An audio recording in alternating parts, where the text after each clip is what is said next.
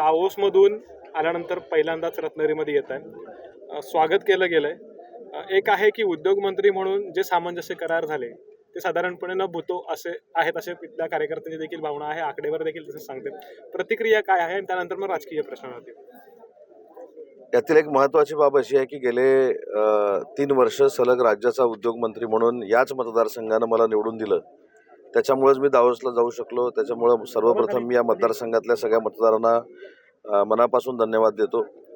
राज्याचे माजी मुख्यमंत्री आणि विद्यमान उपमुख्यमंत्री आदरणीय एकनाथ शिंदे साहेबांनी तिसऱ्यांदा मला दावोसला जायची संधी दिली आणि त्यांनी जी प्रथा रेकॉर्ड ब्रेक MOU करायची गेली 2 वर्ष पाडलेली होती, तीच प्रथा आम्ही पुढे कंटिन्यू केली. माननीय देवेंद्रजींच्या नेतृत्वाखाली 15,70,000 कोटीचे प्रकल्प गुंतवणूक महाराष्ट्रामध्ये आणण्यामध्ये आम्ही यशस्वी झालोय.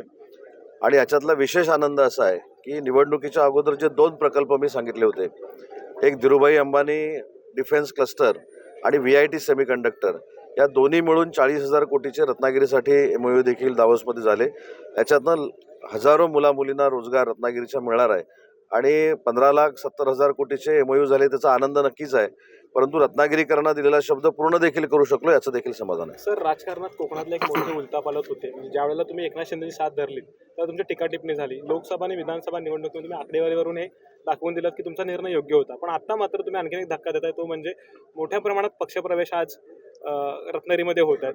साधारणपणे काही माजी आमदार पण कॉन्टॅक्टमध्ये असल्याचं म्हटलं जातं तुमच्यासोबत. अर्थात आज पक्षप्रवेश जरी नसला तरी एकंदरीत भविष्यकाळात काय रणनीती असणार आणखीन? आजचा पक्षप्रवेश हा रत्नागिरी संगमेश्वर विधानसभा मतदारसंघासाठी अतिशय महत्त्वाचा आहे. आजच्या प्रवेशामुळं पूर्वी माझ्यासोबत काम करणारे शिवसेनेचे सगळे पदाधिकारी, उबाटामधनं आज सामील होणारे पदाधिकारी यांची ताकद जर एकत्र झाली तर मला असं वाटतं की या मतदारसंघामध्ये तर 11च्या 11 जिल्हा परिषदेच्या जागा आमच्या निवडून येतील, नगरपालिका देखील निवडून येईल. आणि पुढच्या 7-8 दिवसामध्ये ज्याचा उल्लेख आपण केला की अजूनही काही माजी आमदार प्रवेश करण्याच्या मनस्थितीमध्ये आहेत, त्यांच्याशी माझी चर्चा सुरू आहे. कालच रात्री माननीय एकनाथ शिंदे साहेबांनी देखील त्यांच्याशी चर्चा केलेली आहे. त्यामुळे 7 ते 8 दिवसामध्ये अजून फार मोठी जिल्हा स्तरावर उलथापालथ होईल. शरद पवार यांनी असं म्हटलेलं आहे की उदय सामंत दावोसला उद्योग आणण्यासाठी गेले की पक्ष फोडण्यासाठी? मला असं वाटतं की शरद पवार साहेबांनी माझं नाव घेऊन पत्रकार परिषदेमध्ये बोलणं म्हणजे मी नक्की राजकीयदृष्ट्या मोठा झालेला आहे याचं मी जाणीव झाली. आणि दावोसला मी गेल्यानंतर इथं जी पत्रकार परिषद झाली होती त्याचं उत्तर मी दावोसमधनं दिलेलं होतं. त्याच्यामुळं मी दावोसला गेल्यानंतर इथं जे काही लोक माझी बदनामी करत होते, काही मंडळी वेगवेगळ्या पद्धतीनं माझ्यामध्ये एकनाथ शिंदे साहेबांमध्ये गैरसमज निर्माण करण्याचा प्रयत्न करत होते, त्याचं उत्तर मी दावोसमधनं दिलेलं होतं. आणि माझ्याकडे जी काय आकडेवारी होती आमदारांची, खासदारांची, ती मी दावोसमधनं मांडली.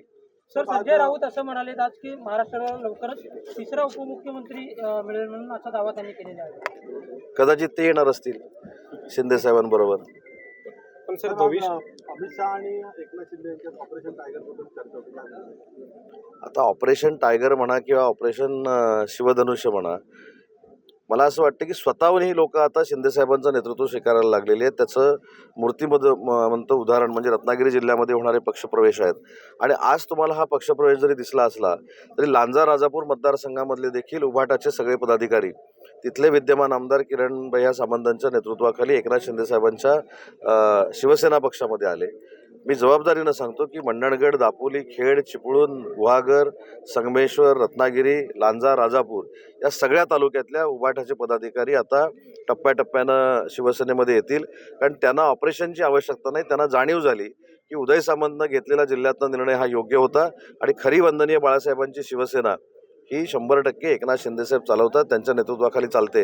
म्हणूनच फार मोठा भक्कम पाठिंबा हा आम्हाला मिळतोय. तर बाळासाहेबांनी शिवसेनेचा उल्लेख केला, त्यावरती बोलताना शरद पवार असं म्हणाले की काल जे मेळावे झाले त्या मेळाव्यामध्ये उद्धव ठाकरे यांच्या सभेला जी गर्दी आहे ती जास्त होती. कारण की शरद पवार हे तुम्हाला म्हणजे तुमच्यासाठी गुरुस्थानी आहेत राजकारणात, तुम्ही त्यांना खूप मानता. त्याच्यामुळे याच्यावरती उत्तर काय असतं? नाही, म्हणूनच मी सांगितलं की पवार साहेबांच्या स्टेटमेंटवर मी स्टेटमेंट करणं हे योग्य नाही.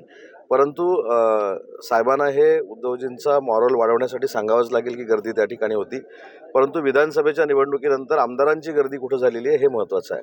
आणि 237 मॅन्डेट देऊन जेव्हा महायुतीचं सरकार आज स्थापन झालेलं आहे, त्याच्यामुळे जनतेचा आशीर्वाद, जनतेच्या सगळ्या इच्छा आकांक्षा हे महायुतीचं सरकार पूर्ण करू शकतं. म्हणूनच आम्ही सत्तेमध्ये आलो आहे. परंतु कालच्या भाषणातलं एक वैशिष्ट्य होतं की काल कोणीतरी असं म्हणालं की वाघ नखानं आम्ही कोतळा काढणार आहोत. एक पक्ष जो आहे तो वाघनखानं कोथळा काढणार आहे आणि एक पक्षाचे नेते लंडनला असलेलं वाघनख छत्रपती शिवाजी महाराजांचं महाराष्ट्रामध्ये आणणारे नेते आहेत. त्याच्यामुळे महाराष्ट्राला माहिती आहे कोण चांगलं आहे आणि कोण वाईट आहे. तर कालच्या मेळाव्यामध्ये उभाटाचे नेते सुद्धा आणि पदाधिकारी सुद्धा काही अनुपस्थित होते ज्याची सध्या राजकीय चर्चा रंगलेली पाहायला मिळते. नाही, पण मला असं वाटतं की राजकीय चर्चा रंगत असताना मला प्रश्न विचारण्यापेक्षा जे सकाळची पत्रकार परिषद घेतात त्यांना विचारा ना की तुमचे खासदार कुठे होते, तुमचे आमदार कुठे होते. आता झालंय कसं की ज्यांचा राजकीय अस्त झालाय त्यांचा राजकीय उदय होण्यासाठी कोणाच्या तरी नावाचा उपयोग केला पाहिजे, ते माझा करतायत. मला असं वाटतं की त्यांना विचारलं पाहिजे, बाबा आमदार कुठे होते, खासदार कुठे होते, त्यांना विचारा ना. आणि किती अबसेंटी होती हे तुम्हाला माहिती आहे.